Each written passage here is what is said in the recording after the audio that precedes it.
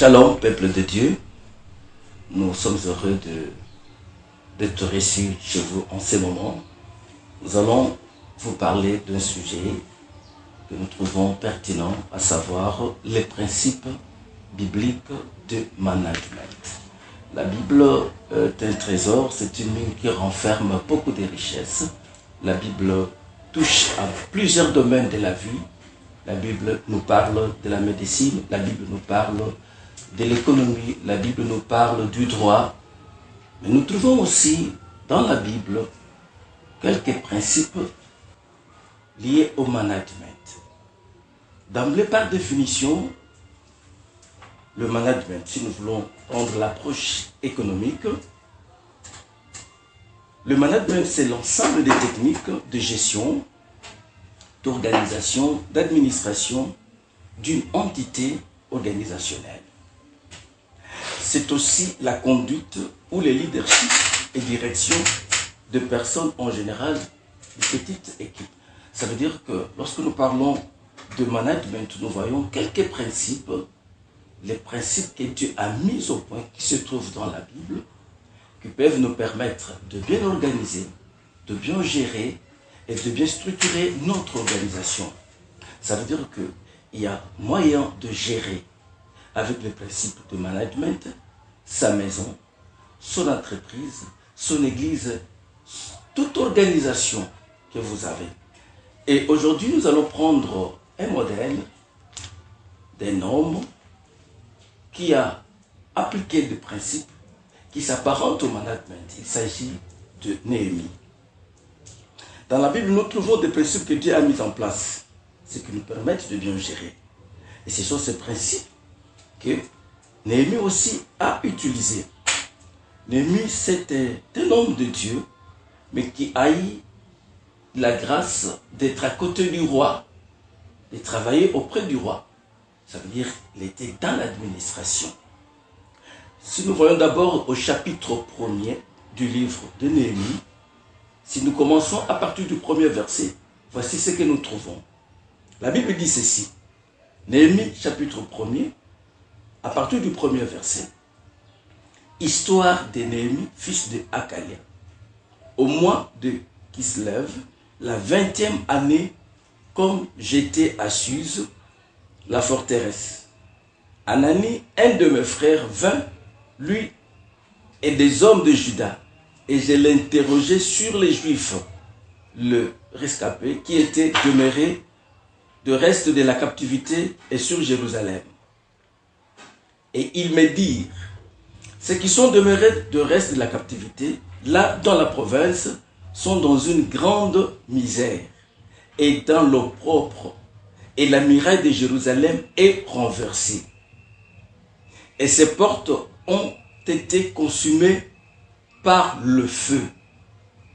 Néhémie s'enquiert de la situation de son pays, parce qu'il était loin de son pays, loin de sa ville. Mais il avait toujours le cœur attaché à son pays. Quand il a vu les gens venir de là, il s'est informé pour savoir dans quel état se trouvait son pays. Et les nouvelles qui lui ont été apportées, c'était des nouvelles alarmantes. On lui dit que les murs sont tombés. La misère sévit tout le monde. Quand tu l'apprends, qu'est-ce qu'il fait? Et ça, c'est ce qui nous amène maintenant dans les principes bibliques du management.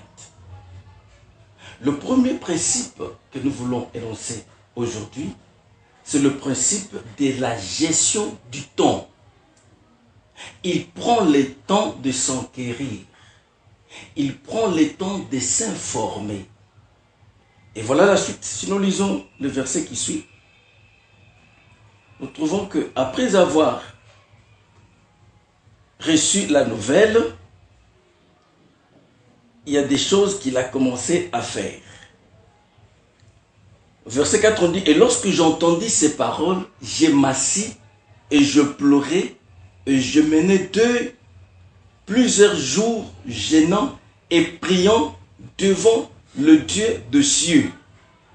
Ça veut dire lorsqu'il a la nouvelle ou les nouvelles de son pays, les nouvelles qui sont alarmantes, le premier principe entre déjà en action. La gestion du temps. Il prend le temps de s'asseoir et de pleurer. Il prend le temps de gêner. Il prend le temps de prier. Laissez-moi vous dire que la gestion du temps est un principe fondamental pour la réussite dans tous les domaines.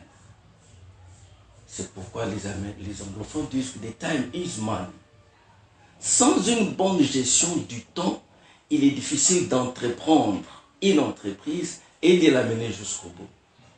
C'est la difficulté que nous avons, nous les enfants de Dieu, de bien gérer les temps qui nous est impartis. La Bible nous dit dans Ecclésiaste chapitre 3, au premier verset, qu'il y a un temps pour tout. Si dans votre vie, vous ne savez pas gérer correctement le temps qui vous est imparti, vous n'irez pas plus loin, vous n'avancerez pas.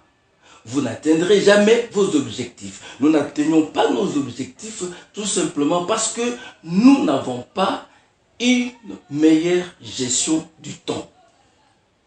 Les temps courent, les temps courent. Et après avoir gêné, après avoir prié, Néhémie n'est pas resté là. Néhémie se présente devant le roi. Vous pouvez le voir au 2e chapitre. Avec une mine fondue. Et le roi constate que Néhémie n'avait pas une bonne mine. Il avait de la tristesse sur son visage. Et le roi lui demande qu'est-ce qui ne va pas. Parce que le roi n'avait jamais vu Néhémie dans cet état-là. Alors, Néhémie lui fait le rapport de la situation de son pays. Comment le pays était dans la tristesse, comment le mur était tombé, comment la misère battait son plein dans le pays. Et là, le roi lui pose la question. Qu'est-ce que vous voulez?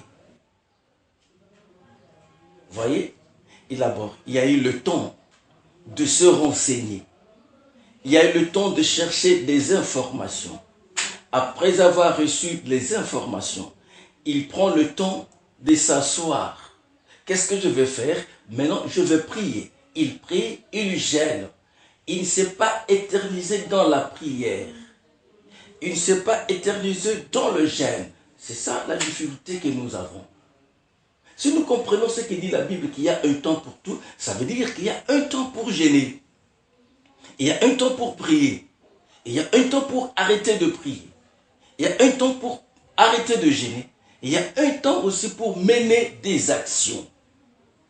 Néhémie, après avoir reçu l'information, après avoir gêné, après avoir prié, il se présente devant le roi. Le roi était son patron. Il se présente dans cette mine-là avec un visage plein de tristesse. Alors le roi, quand il apprend le problème qui rongeait Néhémie, il lui pose la question, qu'est-ce que tu veux? D'ailleurs, le roi lui promet qu'il peut me prier pour lui.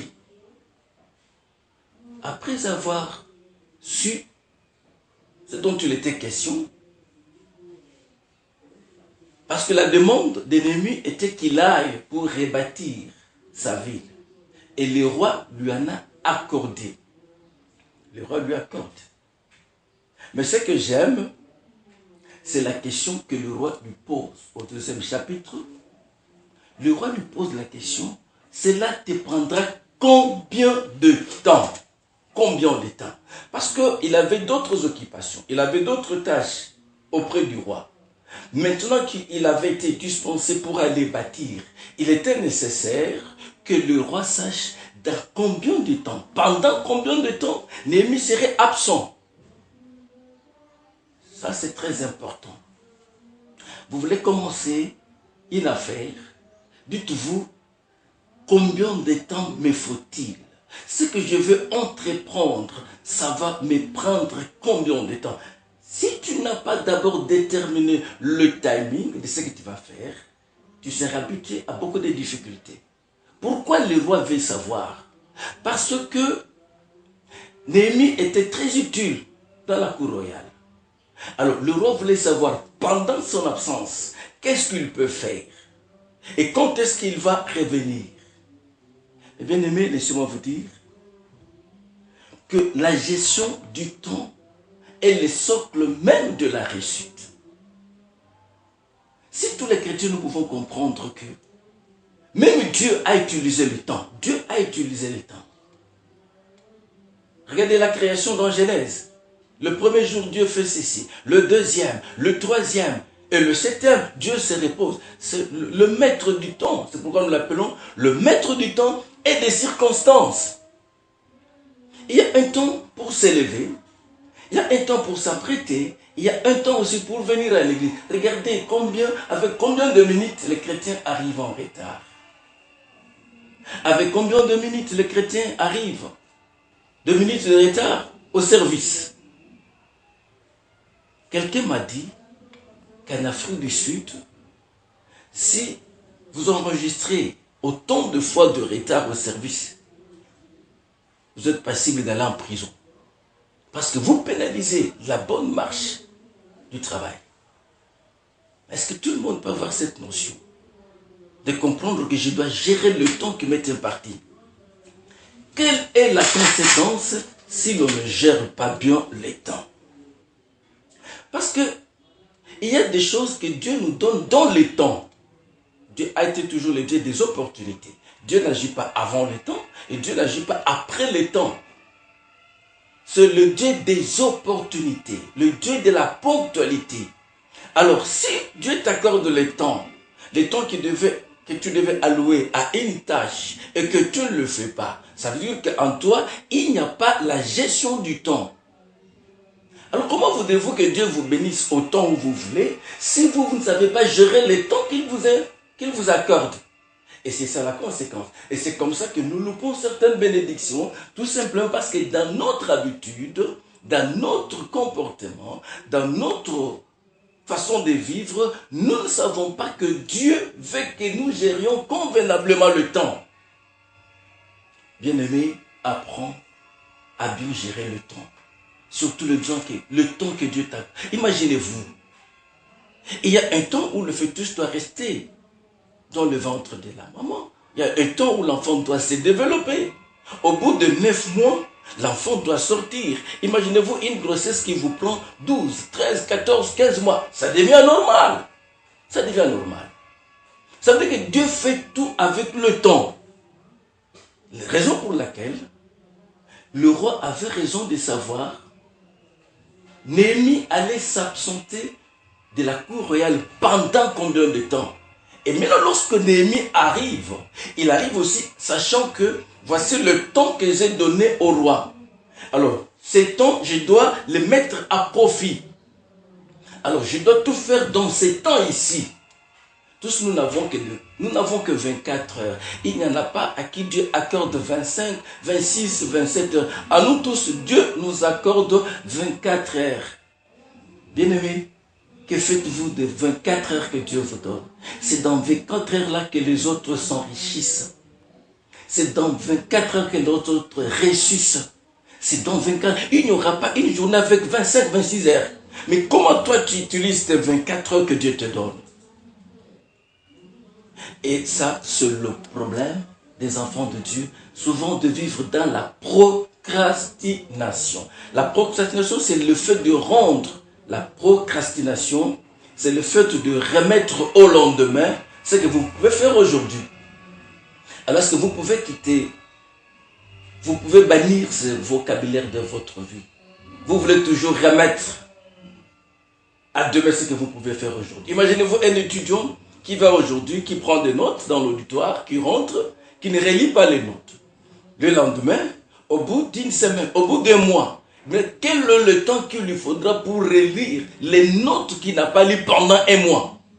Parce que quand tu ne lis pas aujourd'hui, les autres s'ajoutent. Et voilà comment parfois les étudiants ont des difficultés. Parfois les étudiants échouent tout simplement parce qu'ils n'ont pas bien géré le temps. Tu veux réussir, gère bien les temps.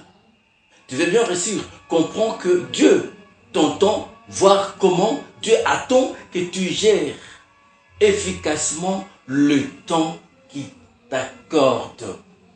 La gestion du temps est le premier principe que nous trouvons, que Néhémie a pratiqué, et nous verrons la suite. Néhémie a atteint ses objectifs parce qu'il a commencé par où il fallait commencer, à savoir bien gérer les temps qu'il avait. Ceci nous amène au deuxième principe. Toujours avec notre exemple de Néhémie. Quand tu arrives sur place, après avoir inspecté, après avoir parcouru la ville, après avoir constaté l'état dans lequel la ville s'est trouvée, quand tu constates cette désolation, c'est maintenant le temps de se mettre au travail. Mais qu'est-ce qu'il fait? Voici le deuxième principe. Le principe de la participation, la gestion d'une meilleure participation. La tâche était si lourde qu'Néhémie a compris qu'à lui seul, il ne pouvait pas s'en sortir. Vu le temps qui lui était imparti, qu'est-ce qu'il fallait faire? Il a compris qu'il fallait faire participer les autres à cet ouvrage. Notre deuxième principe, c'est le principe de la participation. C'est une règle de toute simple, mais très capitale. Très capitale. Lorsque Néhémie arrive sur terrain, il fait appel à tout le monde à cause de la grandeur et de l'immensité de l'ouvrage. Il rassemble les orfèvres, les religieux, les parfumeurs, les hommes et femmes, les gens de la ville comme de la campagne. Bref, il prend soin d'inviter tout le monde au travail.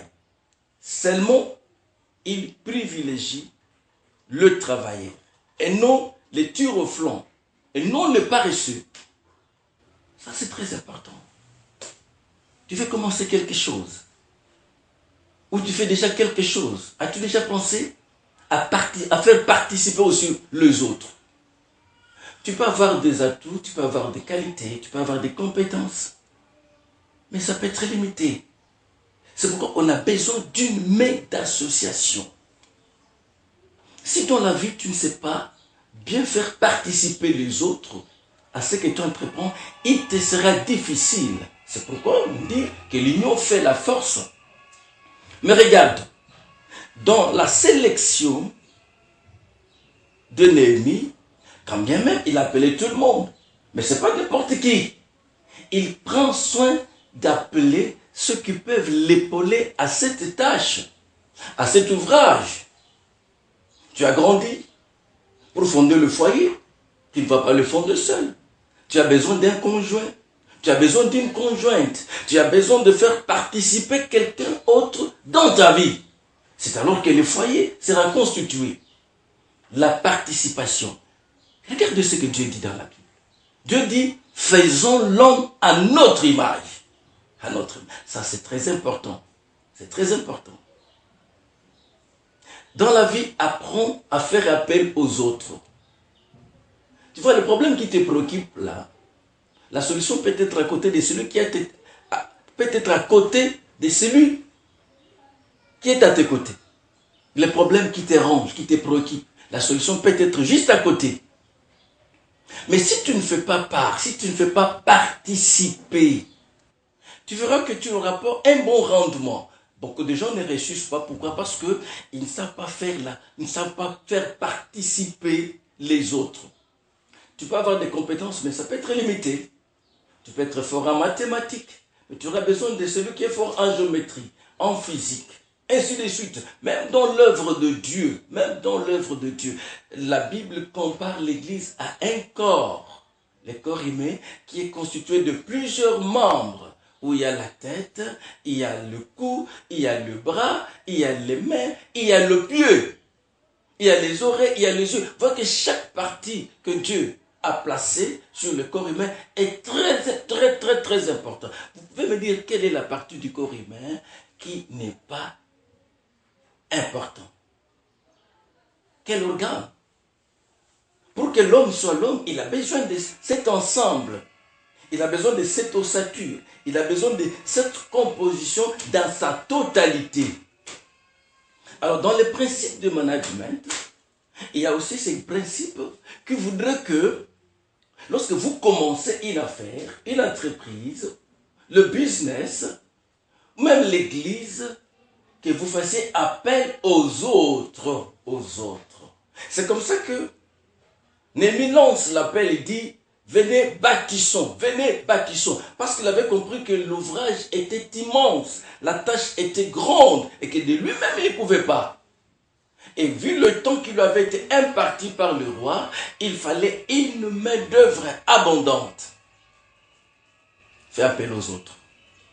Ils vont t'épauler. Et tu iras plus loin. Ton ministère va avoir de l'ampleur. Parfois, c'est ça ce qui te manque. Tu as besoin peut-être de quelqu'un qui vient, juste il te dit un mot, ne fût-ce qu'un mot qu'il te dit. La situation est décantée. Parfois, c'est que toi, tu ignores, la connaissance est donnée à une autre personne. C'est la raison pour laquelle le deuxième principe est très pertinent aussi, très important. Mais lorsque vous vous mettez à faire la sélection, ne choisis pas n'importe qui. Parfois, c'est l'erreur que nous commettons. Parfois, nous nous fions au sentiment, à l'apparence, au lieu de chercher la personne qu'il faut. Et ça nous amène au troisième principe. Après avoir appelé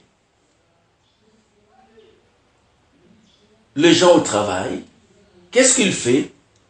Il applique le troisième principe qui est le principe de la délégation. Vous pouvez voir ça? Le deuxième principe, vous pouvez le voir dans Néhémie, chapitre 2, verset 18. Et le troisième principe, vous pouvez le voir dans Exode, chapitre 18, verset 25. Dans Nombre, chapitre 11, verset 16 à 17.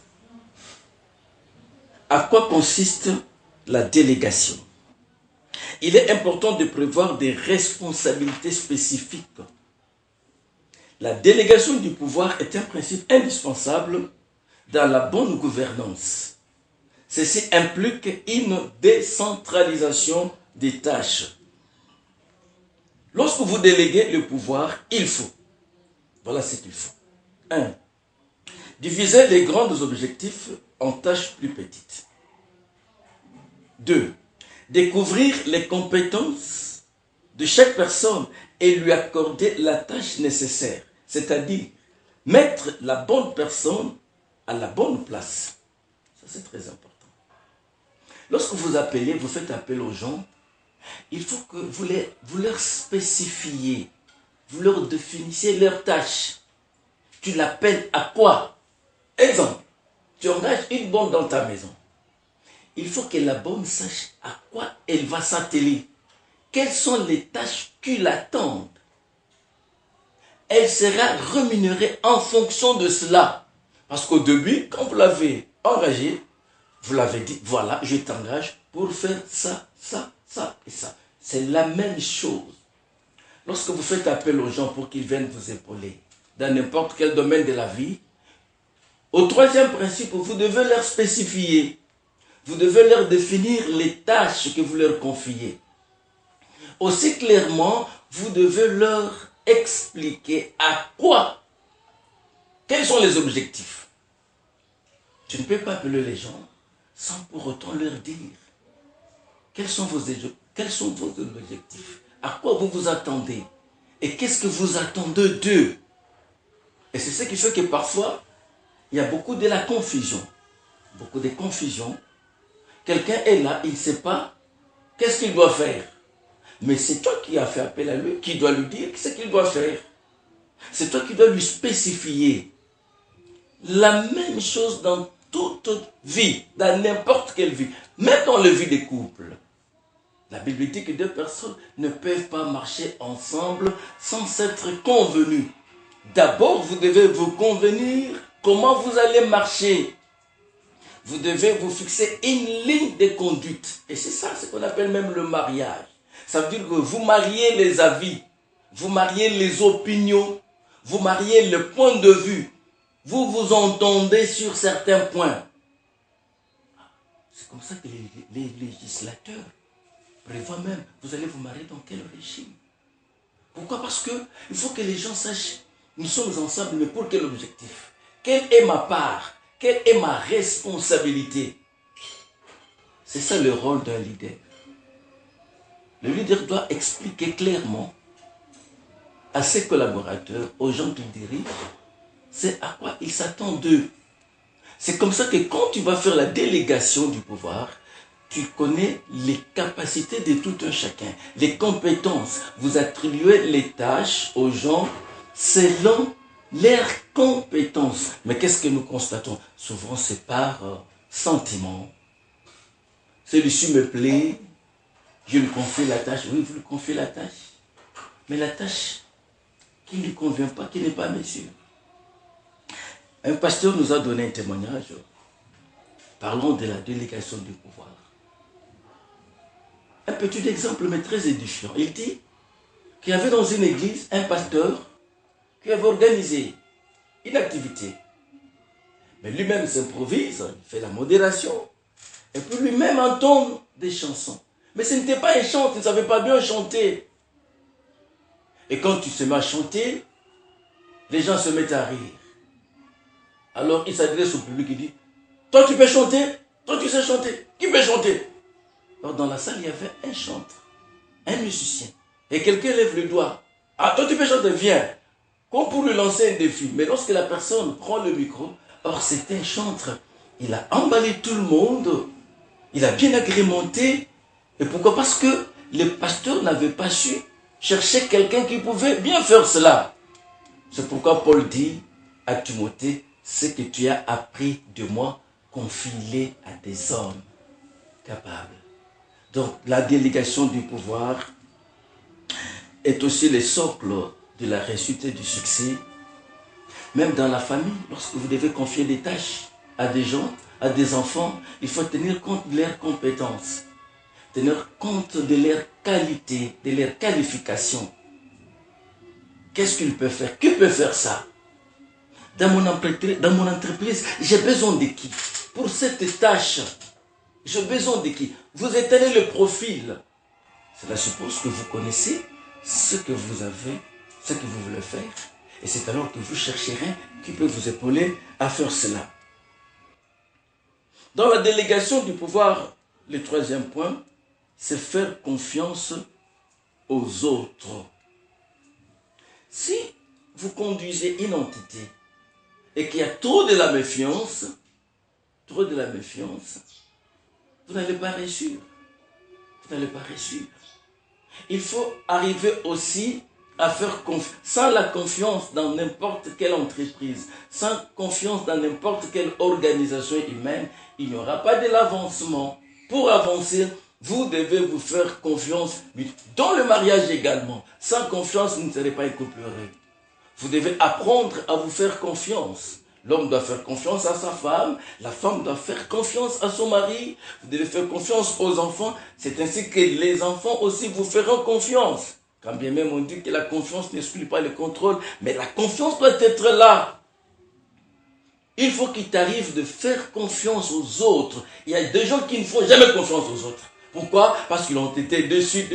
Bien sûr, tu as reçu des fiancés qui t'ont dessus. Cela ne veut pas dire que il n'y aura personne qui te fera, qui pourra te rendre ce que tu cherches. Non. Il faut que tu te dépasses de cela. Et beaucoup de gens vivent emprisonnés dans cela. Pourquoi? Parce que il leur manque ces principes. À cause de déceptions, à cause de ce qu'ils ont connu dans la vie, ils ne savent pas se confier. Mais moi je te dis, arrive aussi à te faire confiance et faire confiance aussi aux autres. Vous savez qu'il y a des gens qui ne croient même pas en eux-mêmes. Il y a des gens qui ne se font pas confiance. Parce qu'il avait échoué hier, c'est dit, ah, je vais encore échouer. Non, tu avais échoué hier. Mais tu peux réussir aujourd'hui. Et bien réussir encore, pourvu que tu te fasses confiance toi-même. Si tu ne te fais pas confiance, comment tu feras confiance aux autres? Et si tu ne fais pas confiance aux autres, comment les autres t'aideront? Donc la confiance est très indispensable. Je vous donne un exemple. On m'a dit qu'il y a quelqu'un qui roulait à bord de sa dupe Ford. Il arrive quelque part, la Jeep tombe en panne. Il ouvre les capots. Le monsieur était un ingénieur en mécanique. Il ouvre, il essaie, il touche par là, par-ci, par-là, et la Jeep ne démarre pas. Au coin de la rue, il y avait un monsieur qui l'observait. Le monsieur l'a observé pendant 10, 20, 30 minutes. Après 1 heure, la voiture ne démarrait pas toujours. Alors la personne s'approche. Demande au monsieur, qu'est-ce que vous avez un problème? Non, non, non, non, ce n'est pas un problème, je vais m'en sortir. Mais ça faisait déjà 1 heure qu'il n'arrivait pas à s'en sortir. Mais pourquoi il ne voulait pas que l'autre là lui vienne en aide? Pourquoi? Parce que lui était un ingénieur, mécanicien. Il s'est dit, comme moi je suis ingénieur, mécanicien, et que je n'arrive pas à trouver le problème, c'est que personne d'autre... Non, ça vous vous trompez. Là vous êtes limité. C'est là où peut-être commencent les talents, la compétence des autres. Et le monsieur s'identifie. Il lui dit, je suis monsieur Ford. Donc le monsieur, c'était lui, le constructeur de cette voiture-là. Et quand le monsieur a dit, oh, c'est vous monsieur, il lui a cédé la voiture. Vous n'avez pas le problème. Lui était l'ingénieur, mais l'autre était le constructeur. Lui se faisait trop de confiance et disait, comme moi je ne suis pas arrivé, je ne pense pas qu'il y en a quelqu'un autre qui arrivera. Non, ça nous nous trompons, nous nous trompons. Dans le principe de management, au troisième principe de la gestion de la délégation du pouvoir, nous devons aussi apprendre à faire confiance aux autres. C'est pourquoi je vous invite, si vous avez perdu la confiance en vous-même, ou si vous avez perdu la confiance aux autres, que ce principe, si vous ne l'appliquez pas, peut-être que vous n'arriverez pas jusqu'au bout. Peut-être que vous n'obtiendrez pas vos objectifs. Raison pour laquelle je vous prie de vous faire confiance et de faire confiance aussi aux autres. Vous devez aussi développer les descriptions des tâches précises. Chaque tâche doit être bien spécifiée. Et vous devez bien développer cela. Ceux qui travaillent avec vous méritent de savoir ce qu'on attend d'eux. Quand quelqu'un sait à quoi on s'attend de lui, là il pourra faire le meilleur de lui-même. Néhémie a travaillé en confiant la tâche aux autres par la délégation du pouvoir, mais tout en leur faisant de la confiance. Faisons-nous confiance dans la famille, faisons-nous confiance dans la société, faisons-nous confiance dans l'église, faisons-nous confiance sans confiance. Aujourd'hui, la confiance, c'est cette recette qui est en train de perdre. Elle se perd comment? Elle se volatilise comme ça. Nous avons du mal à nous faire confiance. Pourquoi? Parce que nous avons été déçus. Mais moi, je viens vous dire, oui, vous avez été déçus. Ça, je le sais. Mais faites-vous encore confiance. Et faites confiance aux autres. Le quatrième principe, le principe de la gestion de la motivation. Vous voyez, Josué chapitre 1er, du 1er verset au 6e verset. Ce principe consiste à encourager, fortifier. Un leader doit être à mesure d'abord de s'encourager soi-même, afin de pouvoir encourager aussi les autres. La motivation peut être morale, elle peut être matérielle, elle peut être financière. Il faut motiver les gens.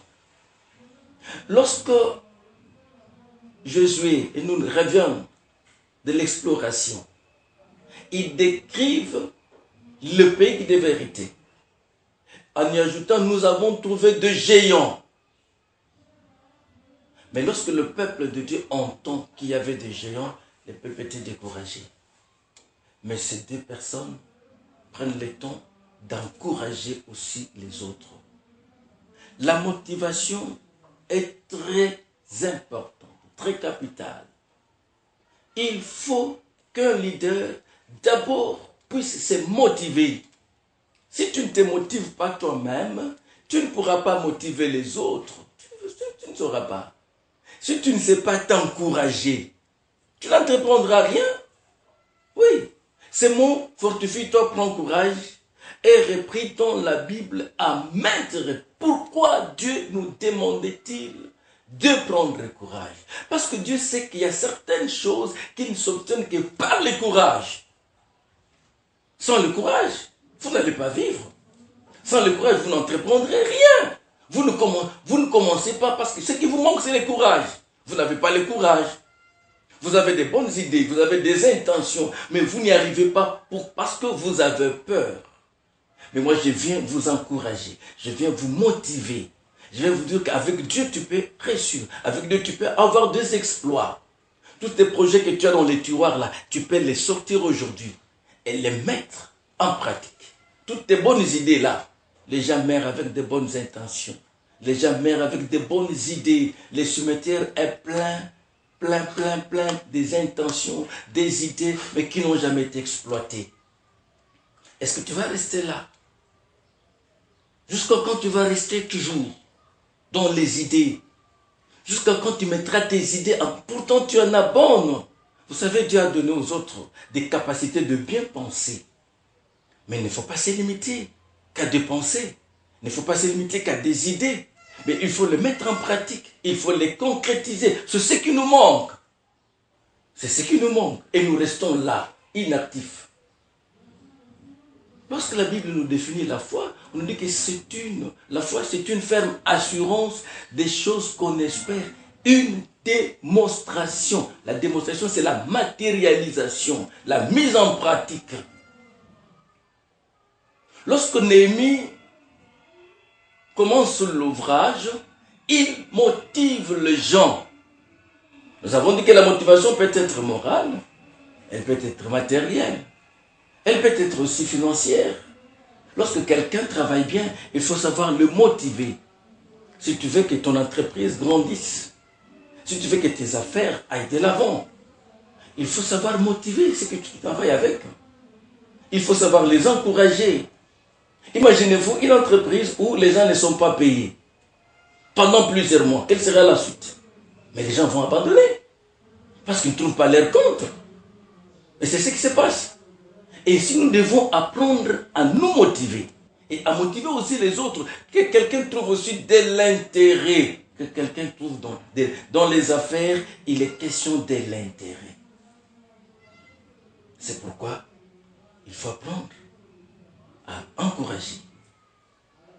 Il faut apprendre à motiver, à donner du courage, à donner du plaisir, à réconforter les autres pour qu'ils se mettent au travail, pour qu'ils aillent de l'avant. Quand quelqu'un est encouragé, ça lui fortifie, ça lui donne de la force. Et la personne va de l'avant. Mais imaginez-vous quelqu'un qui travaille qui est sous des réprimandes, des représailles, des condamnations. À la longueur de la journée, la personne ne reçoit jamais des éloges, pas des compliments. Il ne reçoit que des représailles, des reproches.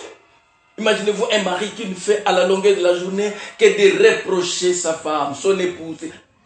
Jamais de paroles d'encouragement, jamais de motivation. La femme deviendra frustrée. Elle ne pourra pas donner ce qu'elle a de meilleur.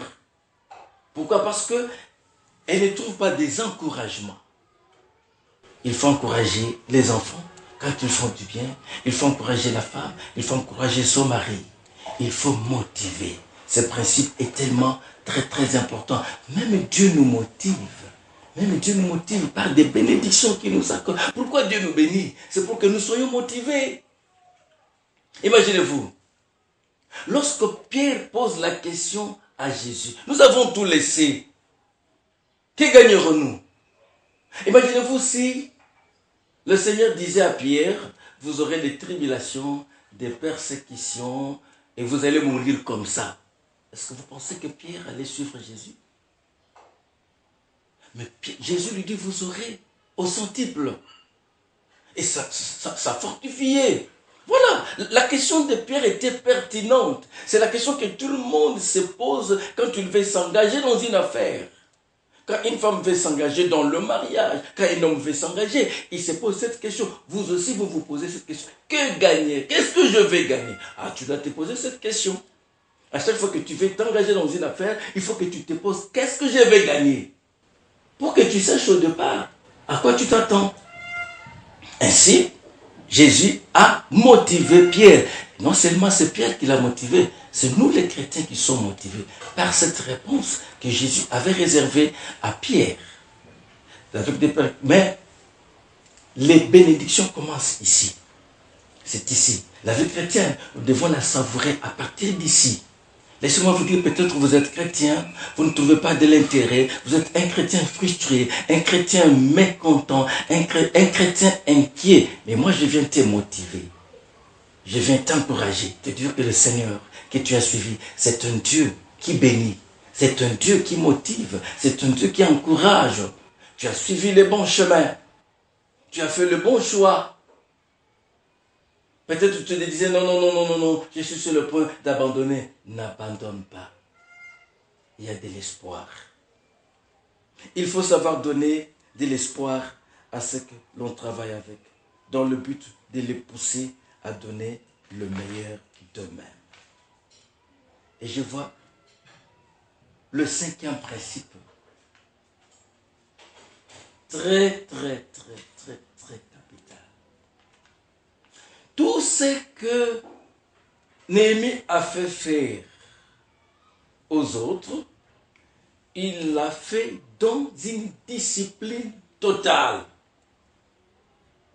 C'est ça, mon dernier principe de management.